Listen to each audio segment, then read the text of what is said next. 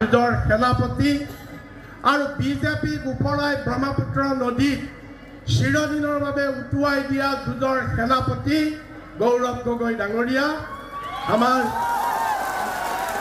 মনোজ চৌহান ডাঙৰীয়া আৰু এই মঞ্চত উপবিষ্ট আমাৰ ভীমা তাঁতী ডাঙৰীয়া আৰু শিৱামণি বৰা বাইদেউ আৰু মঞ্চত উপবিষ্ট আমাৰ কংগ্ৰেছ পৰিয়ালৰ আমাৰ সকলো কৰ্মীবৃন্দ নেতৃবৃন্দ বাতাস দুৰাং ডাঙৰীয়া আৰু তেখেতৰ সহযোগীসকল বিবেক বৰা আৰু তেখেতৰ সহযোগীসকল আৰু ইয়াত কংগ্ৰেছ কৰ্মী বন্ধু বান্ধৱীসকল, প্ৰথমতে এক নম্বৰ কথা, যিসকলে আজি আমাৰ কংগ্ৰেছ পৰিয়ালত যোগদান কৰিলে তেখেতসকলক আমাৰ পৰিয়াললৈ আজি উষ্ম আদৰণি জনাইছো আৰু আজিৰ পৰা আমাৰ পৰিয়ালৰ তেখেতসকল সদস্য হ'ব, সুখে দুখে আমি একেলগে কাম কৰিম।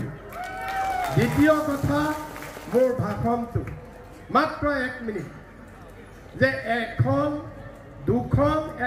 সাগৰ আছে, সাগৰৰ ইপাৰে এখন দেশ আৰু সাগৰখনৰ সিপাৰে এখন দেশ। এখন দেশৰ নাম ধৰি ললো এ আৰু ইখন দেশৰ নাম বি। বি দেশখনৰ ৰজাজন বৰ অত্যাচাৰী, যে বি দেশৰ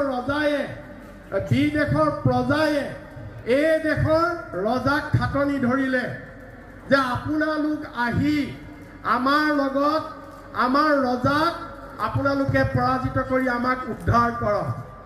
তে বি দেশৰ ৰজাই জাহাজত সৈনিকবিলাক পঠাই দিয়ে যুঁজ কৰিবলৈ আৰু সৈনিকবিলাক আহি জাহাজখন সাগৰৰ পাৰত ৰাখি থয়। সৈনিকবিলাকে যুঁজ কৰে, কিন্তু সৈনিকবিলাক মহা ফাঁকিবাজ আছিলে, ফাংফুং আছিলে, মন দি যুঁজ নকৰে, পাল মাৰি যুঁজ কৰে আৰু এই বি দেশৰ ৰজাজনৰ কিছুমান চোৰাংচোৱাই সৈনিকবিলাকক হাত কৰি ৰাখিছিল, সেইকাৰণে তেওঁলোকে ভালকে যুঁজ নকৰে। গতিকে কি হয়, যুঁজত বাৰে বাৰে হাৰে। এনেকে 4-5 বাৰমান যুঁজত হাৰিলে, হৰাৰ পিছত এই বি দেশৰ ৰজাই ভাবিলে যে কিয় বাৰে বাৰে আমি হাৰি আছো, কিয় হাৰি আছো, এইবাৰ লাষ্ট এই 26 আমাৰ লাষ্ট। গতিকে কি কৰিলে ৰজাই, কি বি দেশৰ ৰজাই এইবাৰ গোটেই জাহাজত চব সৈনিক আনিলে, আনি সাগৰৰ পাৰত নমাই সৈনিকবিলাকক পঠাই দিলে যুঁজ কৰিবলৈ আৰু জাহাজখন ঘূৰাই লৈ গুচি গ'ল। জাহাজখনৰ পাৰত নাই ৰখা, এইবাৰ জাহাজখন ঘূৰাই লৈ গুচি গ'ল। সৈনিকবিলাকে গম নাপায় জাহাজ যে পাৰত নাই। আগৰ কেইবাৰ কি আছিল, জাহাজখন পাৰত আছিল, পাল মাৰি যুঁজিছিল, দৌৰি আহি জাহাজত উঠিছিল আৰু পলায়ন কৰিছিল, জাহাজত উঠি নিজৰ দেশলৈ পলায়ন কৰিছিল। এইবাৰ কি হ'ল, জাহাজখন পাৰত নাই, তেওঁলোকে নাজানে, যুদ্ধ কৰিল, পাল মৰা যুদ্ধ, জোৰ দিয়া নাই, ফাংফুংকে যুদ্ধ কৰিছে আৰু যেতিয়া দেখিলে যে এতিয়া পলাব লাগে, পলাই আহি সাগৰৰ পাৰ পালে, জাহাজ নাই। এতিয়া কলৈ যাব, জাহাজ নাই, যাব নোৱাৰে। তেতিয়া সেই সৈনিকবিলাকৰ মাজত দুজনমান ভাল সৈনিক আছিল, তেওঁলোকে এখন মিটিং কৰিলে। মিটিং কৰি কি ক'লে যে আমি এতিয়া যাবলৈ আমাৰ উপায় নাই, জাহাজ নাই, আমি ইয়াতে মৰিব লাগিব। আমি মৰিম নে বাচিম? বোলে চবেই ক'লে বাচিম। বাচিবলৈ হ'লে কি কৰিব লাগিব? আমি এইবাৰ যুঁজখনত জিকিব লাগিব। আমি যুঁজখনত জিকিব পাৰিলেহে আমি বাচিব পাৰিম। যুঁজত যদি আমি হাৰো, ইয়াতে আমাক কাটি মাৰি শেষ কৰিব।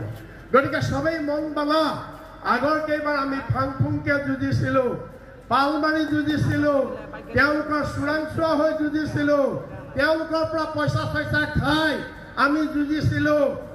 আমি এইবাৰ চবেই মন বান্ধিলে আৰু কি কৰিলে, চবেই মন বান্ধি যুঁজিলে যে হয় মৰিম নহয় জিকিম, হয় মৰিম নহয় জিকিম। আৰু যুঁজিলে, যুঁজত বি দেশৰ ৰজাক পৰাস্ত কৰিলে, ৰজাক উফৰাই তাত শান্তি প্ৰতিষ্ঠা কৰিলে, হয়নে? এতিয়া 26ত আমি কি কৰিব লাগিব বুজি পালেনে নাই? ছাব্বিছত আমি তাকেই কৰিব লাগিব আমাৰ কোনো উপায় নাই আৰু উপায় নাই ছাব্বিছৰ যুঁজত যদি আমি হাৰো আমি জীয়াই থাকিব নোৱাৰিম আমি থিয় হ'ব নোৱাৰিম গতিকে আমি জীয়াই থাকিব লাগিব নে নালাগে আমি বাচিব লাগিব নে নালাগে যদি বাচিব লাগে জীয়াই থাকিব লাগে সকলোৱে একেলগে জোৰ দি যুঁজি এই অত্যাচাৰী বিজেপিক উৎখাত কৰিব লাগিব ধন্যবাদ জয় Assam justice for Zubeen justice for Zubeen